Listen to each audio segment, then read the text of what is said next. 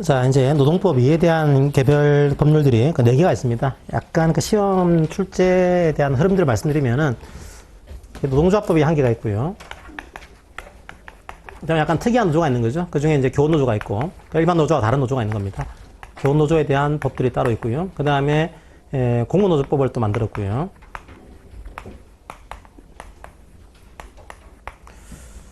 자, 그 다음에 이제 노조가 있건 없건 간에 30명 이상의 근로자가 있으면 노사협의라는 제도를 만들어야 됩니다. 기구를. 노사협의를 규정하고 있는 법이 근로자 참여 및 협력증이라는 법률, 근참법이라는 법이 있습니다.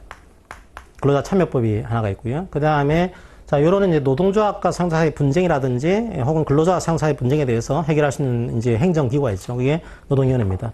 그 노동위원회가 어떻게 운영되고 어떻게 유지할지 여기에 대한 법들이 하나가 있습니다.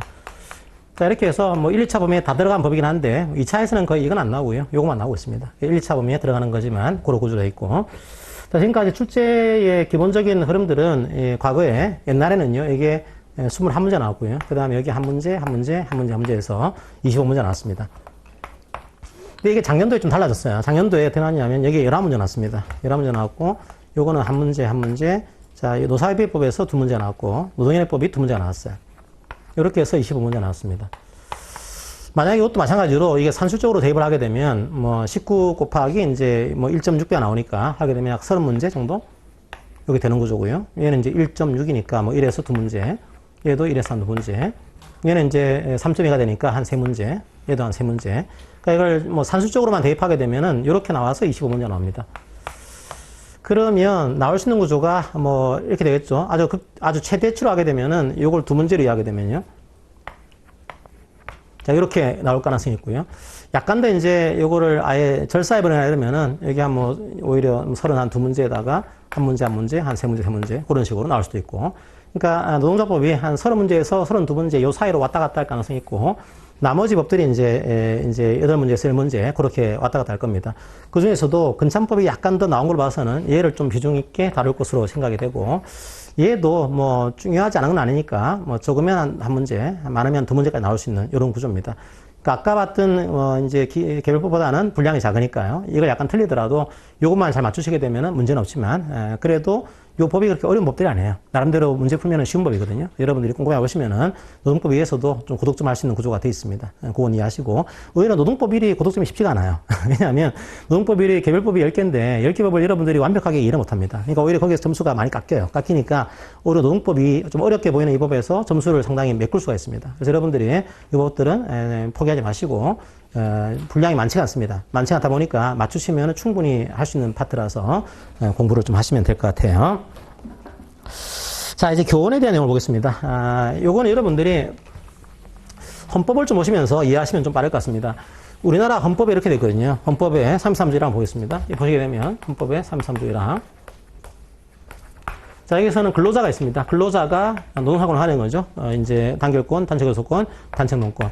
이게 노동상권을 가진다라고 되어 있고. 자, 그런데 1항으로 끝나지 않고 2항에서는, 그러면 근로자 같은 경우에는 그냥 법률적인 제한 없이 노동상권을 가지는데 공무원은 어떻게 되는 거예요? 그죠? 그래서 2항 같은 경우에는 공무원을 비율하고 있습니다. 그러니까 표현 자체가 이렇게 되어 있죠. 공무원인 근로자는 이렇게 되어 있습니다. 공무원인 근로자.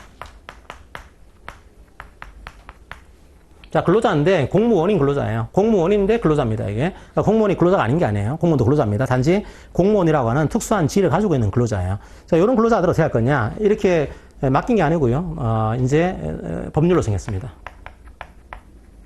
법률이 정하는 자. 자, 공무원인 근로자는 법률이 정하는 자에 대해서 이제 노동하고는 가지는 것으로 규정하고 있습니다. 그러니까 공무원인 근로자들은 공무원들은 법률로 어떻게 정하는가에 따라서 이 내용이 달라지는 거죠, 그죠? 그래서 이 법률이 중요한 구조가 만들어지고요. 사망은 뭐 지금 상세 보진 않겠습니다. 방해산업체, 주요 방산업체. 자, 방산업체에 계신 분들은 이건 단체농권만. 나머지는 제약할 수 없고 단체농권만 법률로 제약하고 있죠. 그래서 노동조합에서는 이제 전력, 용수, 주로 물자를 생산하시는 분들에 대해서는 쟁의를 금지하고 있습니다.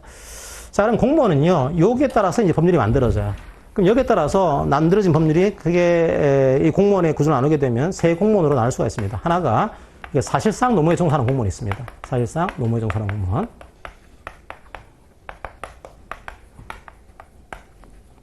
요분들이 이제 우정직 공무원들이에요. 그러니까 최신청 산하의 공무원, 이 집배하시는 분들, 그분들입니다.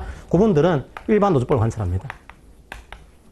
그러니까 이분들은 노동상권을 다 인정을 해줘요. 기본적으로. 이게 많지 않지만. 요분들이 계시고요. 그 다음에 교원인 공무원이 있습니다. 교원인 공무원. 자, 교원인 공무원은 따로 만들었죠. 교원노조법을 만들었어요.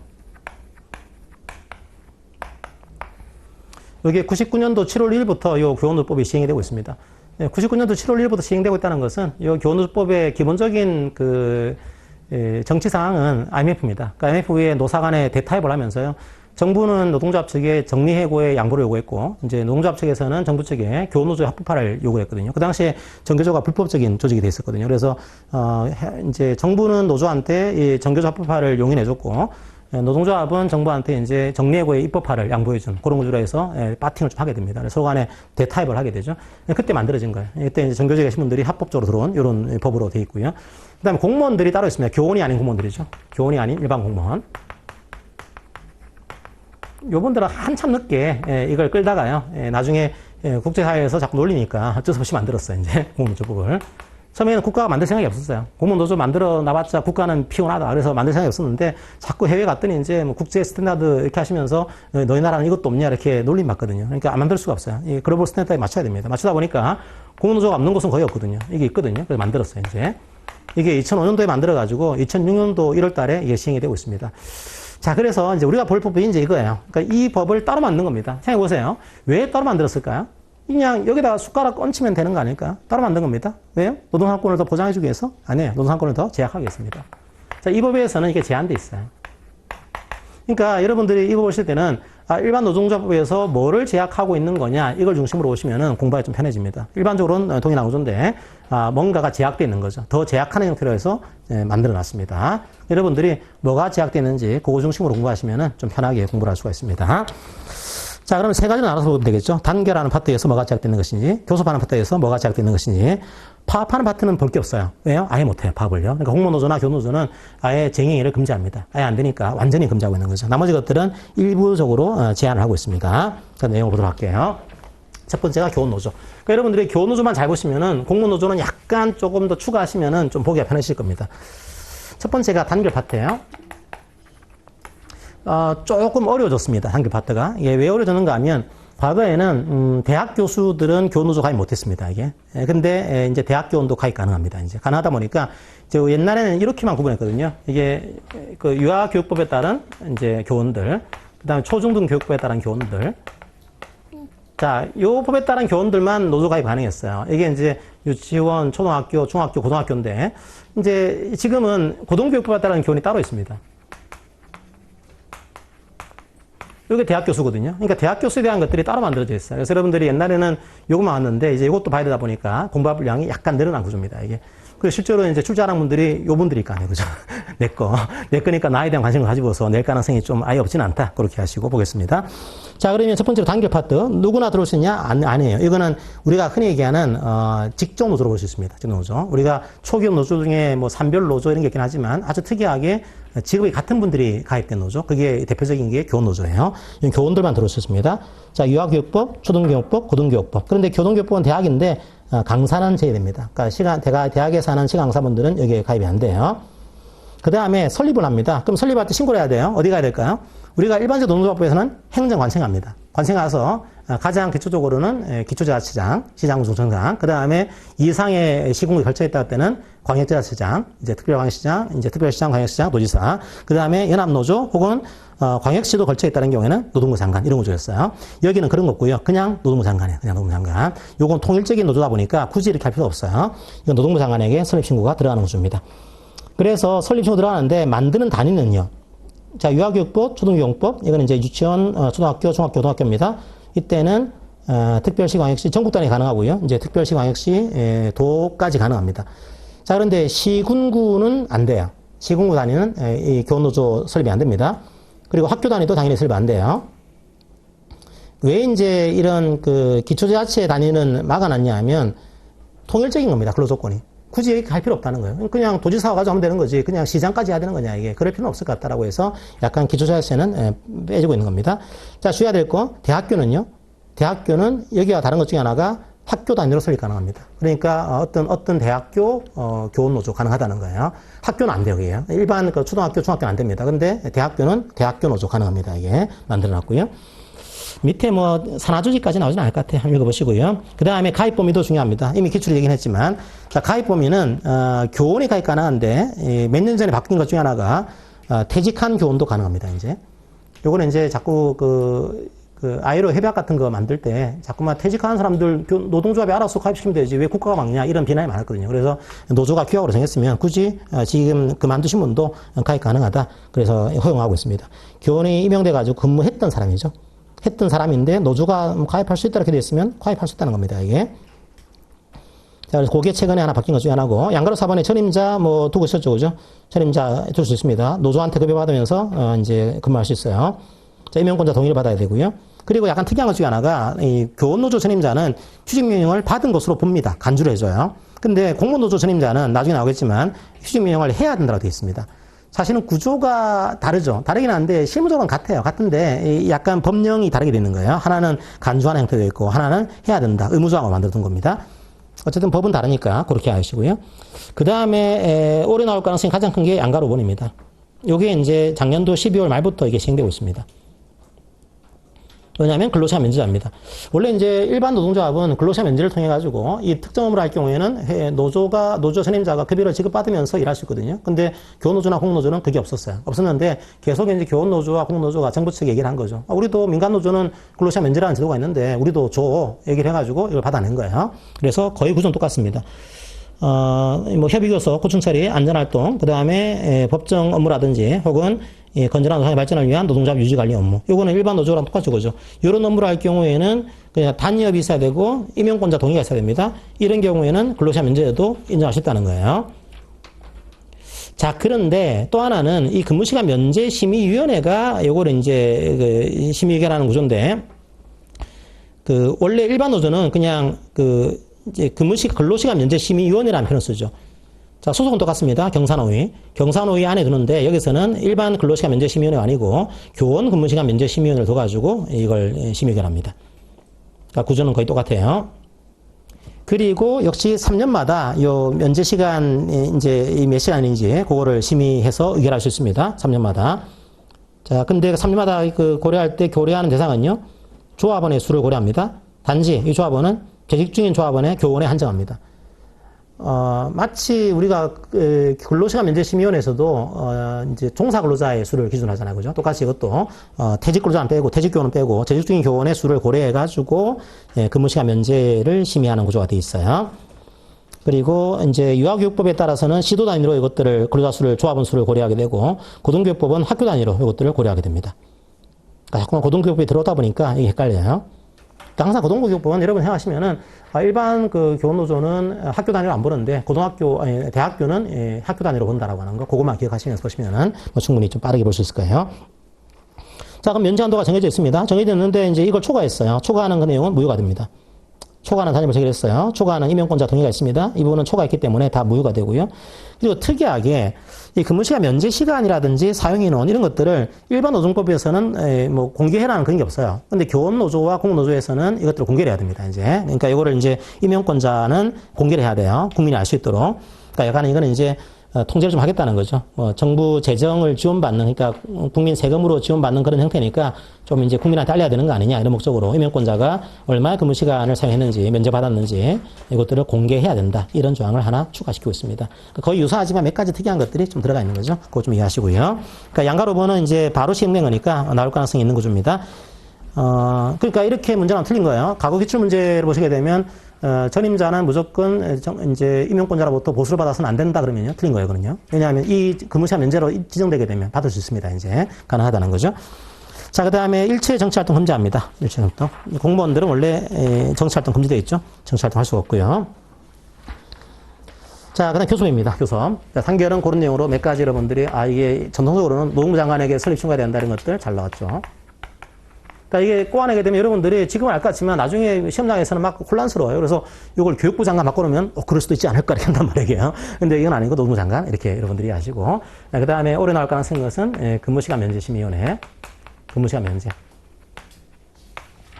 하지만 이것도 특이하죠, 그죠? 그러니까 원래 우리는 근로시간 면제라는 표현을 쓰잖아요. 근데 교원이나 공무원은 또 근무시간이라는 표현을 또 쓰고 있습니다. 자기들 법에 따라 가지고 약간 표현을 좀 바꾸고 있는 거죠, 이게. 자, 그렇게 해서 여러분들이 여기 바뀐 내용이니까 좀 중요하고, 그 다음에 교원이었던 사람도 이제 가입 가능하다고 하는 거. 규약으로 정할 수 있는 거죠. 자, 이런 것도 여러분들이 중심적으로 좀 보시면 되겠습니다. 아주 잘 나오는 파트 중에 하나가 이런 것들입니다. 자, 그 다음에 이제 두 번째로 교섭 파트. 제가 이제 교재에는 시행령까지 실어놨는데 아마 시행령까지 여러분 보시기에는 너무 힘드실 거예요. 그래서 시행령은 빼고 그냥 법률 중심으로 여러분들이 공부를 하셔야 될 것 같습니다. 너무 이제 방대해서 혹시나 이제 보고 싶은 분들을 위해서 적어놨지만 너무 방대해서요. 법률 중심으로 보도록 하겠습니다. 자, 그러면 뭐가 나오는가 하면 교섭이 나오게 되면 여러분들이 뭐 당사자가 있는데 여기서는 담당자라고 보셔야 돼요. 담당자. 누가 교섭하는 거냐, 그죠? 그러면 우리가 노동조합 측에서는 노동조합 대표가 나오겠죠. 노동조합 대표자. 그 다음에 여기가 이제 상대편인 사용자입니다. 그러니까 사용자 쪽에서는 누가 나오냐? 일반 뭐 노동조합에서는 사용자 대표가 나오겠죠, 그죠? 그런데 여기서는 뭐 그런 구조가 아니고, 자, 이게 만약에 우리 학교가 국립학교예요. 국립학교. 국립학교 경우에는 교육부 장관이 나옵니다. 교육부 장관. 자, 우리 학교가 만약에 공립학교예요. 그때는 시도교육감이 나옵니다. 시도교육감.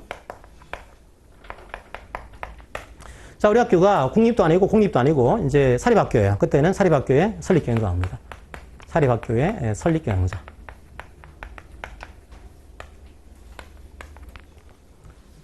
그래서 교섭하는 구조예요. 그러니까 여기서 이렇게 하든지 이렇게 하든지. 특이하게요. 사립학교는 요 이사장이 되는 건데 바로 하는 게 아니고 연합해야 돼요.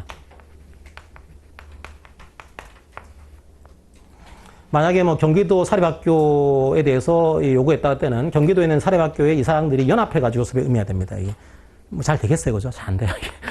혼자 하는 것도 쉽지 않은데 뭐 함께 나와라. 이게 잘 안 됩니다. 그래서 국립학교나 공립학교는 꽤 잘 되는 편인데 사립학교에 대한 것들은 이게 연합해서 나와야 되다 보니까 이것도 쉽지 않은 구조가 되어 있습니다. 어쨌든 사립학교에 연합을 해야 됩니다. 케이스는. 고등교육법은요, 이게 지자체 단위로 좀 흘러갑니다. 노동자 대표하고 첫 번째 교육부 장관.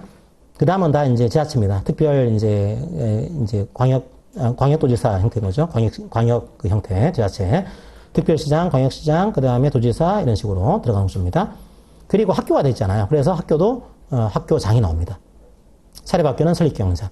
이거는 학교 단위의 교섭이 가능하니까 연합할 필요가 없어요. 이거는 학교장이라든지 사립학교에 이사장이 나와가지고 교섭하도록 그렇게 돼 있습니다. 그리고 우리가 담당자 배울 때는 담당자는 위임이 가능했어요. 이 담당자 권한을 다람한테 위임할 수가 있는 겁니다. 수임자가 있는 거죠. 교노조 그런 거 없습니다. 위임 조항이 없어요. 그냥 여기가 나와야 되는 거예요. 자, 그렇게 하시고 위임 조항은 없다라고 하는 거. 자, 그다음 교섭위원은 노동조합 대표자. 그러니까 위임이 안 되니까요. 무조건 이 노조에서 해야 되는 거예요. 노동조합 대표자와 조합원으로 구성되어 있습니다. 그리고 특이하게 뭐 거의 이게 안 됩니다. 안 되긴 한데 이제 뭐 교원 쪽이니까 국민 여론, 학부모 중요하지 않나요? 그래서 국민 여론과 학부모 의견 수렴해가지고 교섭하고 협약 체결해라 이런 식의 내용을 두고 있고요.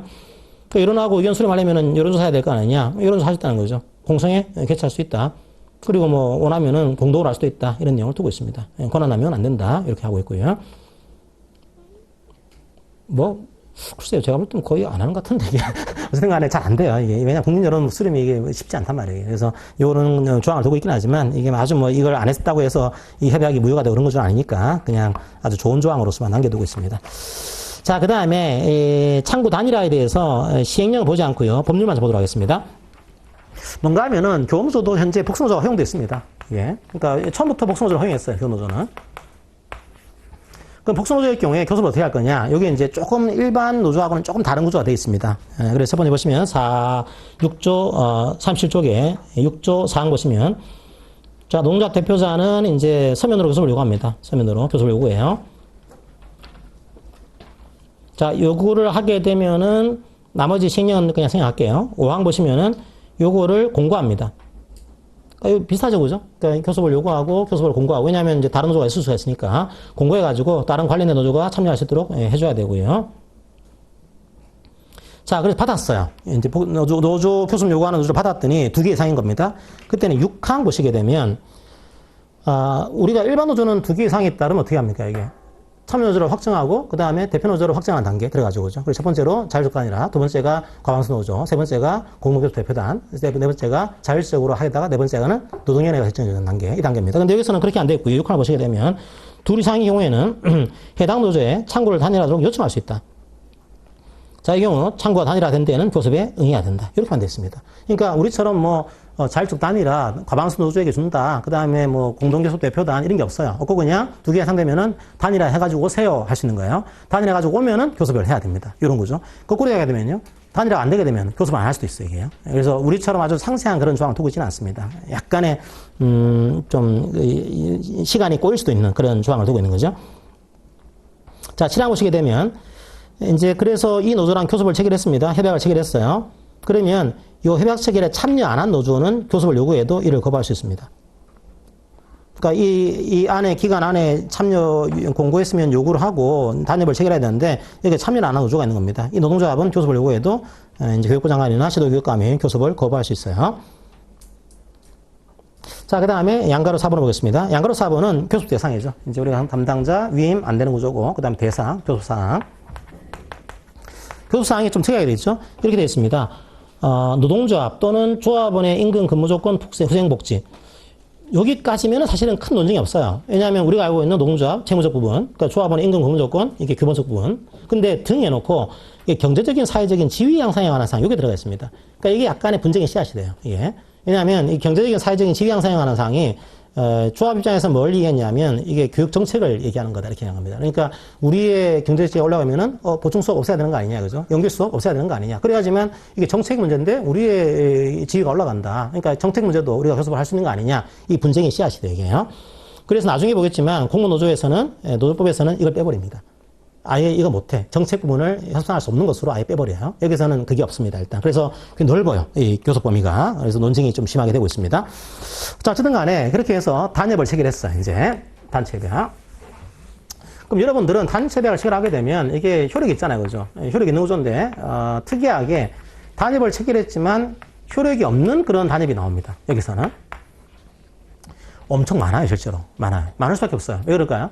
자, 교원과 공무원을 잘 보시게 되면 교원, 공무원의 가장 중요한 근로조건에 대한 결정기제는 계약이 아닙니다. 우리는 근로자, 사용자가 있으면 사용자, 근로자가 근로계약을 체결하거든요. 이 근로계약을 통해서 우리의 근로조건을 결정하는 겁니다. 근데 이분들은요, 법정돼 있어요. 자, 이분들은 계약 통해가지고, 뭐 도지사님, 제가 이렇게 이런 말을 하는데, 이제 뭐 연봉을 한 1억 줘야 되는 거 아니에요? 그런 협상을 안 해요, 기본적으로. 왜냐하면 이미 법정화되어 있습니다. 공무원들은 법이 정해져 있단 말이에요. 그래서 현재 이제 공무원들, 이제 젊은 분들이 많이 안 가는 이유가, 근무 조건이 좀 작은 거 아니냐, 이런 식의 불만이 있는 거죠, 그죠? 그래서 이걸 올리려면요, 법을 올려야 돼요. 단협을 할 수 있는 게 아니란 말이에요, 이게요. 근데 단협으로 체결한 겁니다. 이제 단협을 해가지고 우리가 보수가 낮으니까 보수를 10% 인상하자. 보수를 10% 인상하자라고 단협을 체결했어요. 그 단체협약은 체결했다고 하더라도 효력이 없습니다. 왜요? 행정부가 할 수 있는 게 아니에요. 국회가 하는 겁니다. 국회가 이게. 국회가 안 도와주게 되면 그걸 올릴 수가 없어요. 그래서 단협을 체결했다고 하더라도 이 내용이 국회가 해야 되는 법령이랑 관련되어 있습니다. 자, 지방의회가 해야 되는 조례랑 관련되어 있어요. 혹은 예산과 관련되어 있습니다. 이게 입법부가 해야 되는 내용이 걸려 있는 거예요. 대부분 다. 자, 그래서 만약에 단협을 체결했는데 이런 내용과 관련되어 있다는 경우에는 단협을 체결했지만 못 지켜요. 이게. 안 지키면 채무불이행으로서 뭔가 책임을 져야 되는데 책임을 질 수가 없는 겁니다. 이게 효력이 없다는 거예요. 자, 그래서 이런 내용에 대해서는 단협을 체결했다고 하더라도 효력이 없다라고 하는 거 그렇게 하시고요. 그럼 생기는 문제. 아니 그럼 효력이 없으면은 체결을 왜 하냐, 그죠? 효력도 없는데 요거는 이제 이렇게 됐습니다. 노력조항이에요. 자, 그러니까 행정부에서 이제 교육부 장관이나 시도교육감이 이렇게 단협을 체결했으니 효력이 없지만 체결했으니까 노력을 해야 될 거 아니냐, 그죠? 국회 가가지고 우리가 좀 체결했으니까 국회가 좀 예산 통과시켜줘, 법령을 좀 바꿔줘, 이렇게 저 노력을 하고 나중에 노력했는지를 노조한테 알려줘, 이렇게 했습니다. 그러니까 요거는 향후의 정책사항이에요. 앞으로 우리 이 교육청에서는 요렇게 할 거다, 합의했으니까 좀 도와주세요라고 얘기를 하고 그렇게 했는지를 나중에 노조에게 통보를 해줘야 돼요. 이런 조항을 두고 있는 겁니다. 그래서 특이한 조항을 좀 두고 있죠. 그게 양가 5번이에요. 법령, 조례 또는 예산에 의해서 유정된 내용과 법령, 조례에 의해서 위임받아서 유정된 내용은 단체별로서의 효력을 가지고 있지 않습니다. 자, 가지고 있지 않지만 성실하게 이행되도록 노력을 해야 돼요. 교육부 장관, 시도교육감이 혹은 이제 대학 같은 경우는 대학교, 공립학교의 장이라든지 학교장이 이행될 수 있도록 성실하게 노력을 해야 되고 노력했는지를 노조에게 알려줘야 돼요. 다음 교섭시까지. 아니 그래도 교육부 장관님 체결하지 않았습니까? 그러니까 노력했어요 했더니 알려줘야 되는 거예요. 노력했습니다. 이렇게 알려줘야 하는 겁니다. 그 다음에 공무노조법도 똑같거든요. 구조가 똑같은데 공무노조법은 알려주는 시기가 좀 다릅니다. 교노조는 이제 다음 교섭시까지 알려야 되는데 공무노조법은 단협 유효기간 만료일 3개월 전까지 알려야 돼요. 노력해야 되는 겁니다. 노력하고 알려야 돼요. 이거 제가 초창기 때 교노조 강의 나갈 때 이거 엄청 질문 들어왔어요.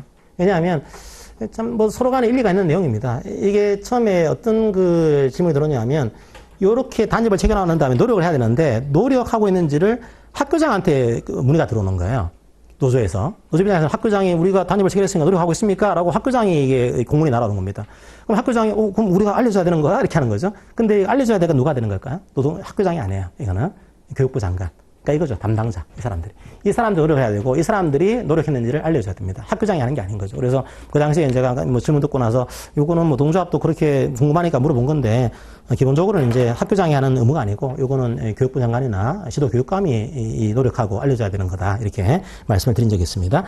자, 그런 내용이에요. 그 다음에 파업은 안 됩니다. 일체의 쟁의를 금지해요. 자, 쟁의하면 엄청 셉니다. 이게 5년의 징역 5천만 원의 벌금 엄청 센 구조로 막아놨습니다. 자, 그러다 보니까 파업을 못해요. 못하니까 반드시 조정에서 끝나야 됩니다. 중재에서. 그때 안 끝나면 방법이 없어요, 이게.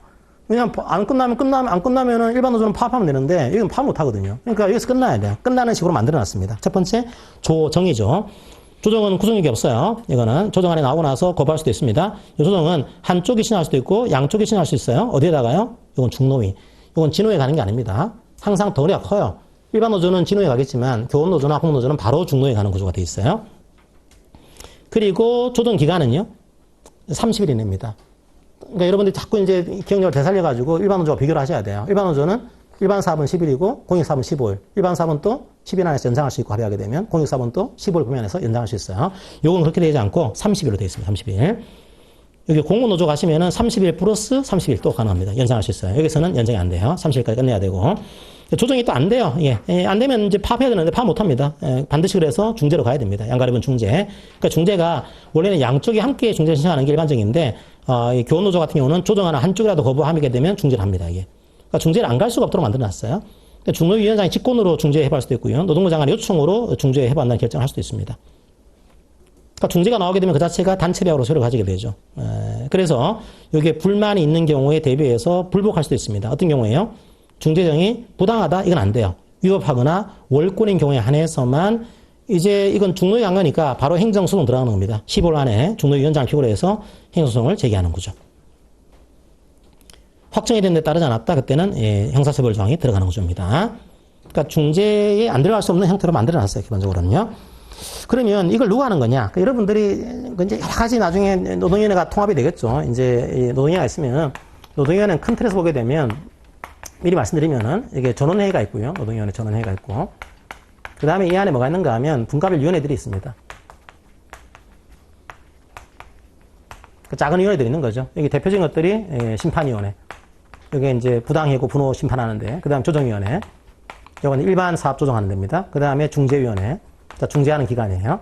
자, 그 다음에 약간 격가지를 친 게 조정과 중재에서 공무원 어떻게 할 거냐, 교원 어떻게 할 거냐 해서 이거는 교원 노동학 조정위원회 만들어놨어요. 그 다음 공무원들은 공무원 노동관계 조정위원회. 이걸 만들어서 교원과 공무원의 노동관계 조정위원회는 약간 달라요. 왜냐하면 일반 조정위원회는 우리가 배웠지만 근로자 대표, 사용자위원, 근로자위원, 사용자위원, 공익위원 한 명씩입니다. 근데 교원 노동관계 조정위원회는 이게 근로자위원 그런 거 없어요. 다 교원이다 보니까 중요한 공익적인 문제인 거죠. 다 공익이에요, 공익. 그래서 교원과 공무원들은 다 공익으로 구성되어 있습니다. 일반 조정위원회는 그렇게 되어 있지 않죠. 근로자, 사용자, 공익이에요. 근데 그렇게 되어 있지는 않습니다, 교원은. 그래서 밑에 보시면은 교원 노동관계 조정위원회 구성해야 되고, 자, 교원 노동관계 조정위원회는 중노위원장이 지명하는 공익위원 3명입니다. 이건 뭐 사용자, 근로자 이게 아니에요. 그냥 공익위원 3명으로 되어 있고, 합의하게 되면은 이제 그 사람을 진행할 수도 있습니다. 자, 그러다 보니까 노동위원회 조정 담당 그 위원들 급이 같아요. 항상 급이 같을 때는 호선합니다. 공익이 한 명 있으면 반드시 공익이 이제 위원장이에요. 근데 같은 급이다 그때는 그 안에서 서로 간에 뽑는 거죠. 호선합니다. 그리고 5번째 기타 제한. 이것도 좀 볼 게 있죠. 사적인 조정 주제는 안 되고요. 공무원 교원은요. 그 다음에 유니언섭 조항 적용 안 됩니다. 뭐 3분의가 됐다고 해서 이제 뭐 해임할 거냐 그럴 수는 없어요. 그래서 유니언섭 조항도 적용하지 않고, 달라진 게 올해 바뀐 것 중에 하나가 과거에는 만약 이분이 노조 활동하다가 이제 해임당했습니다. 이런 경우에 분호에 대한 구제를 신청해요. 그럼 과거에는 분호에 대한 신청하게 되면 교원소청심사위라고 해서 교원들에 대한 그런 그 불이익에 대해서 심사하는 데가 있습니다.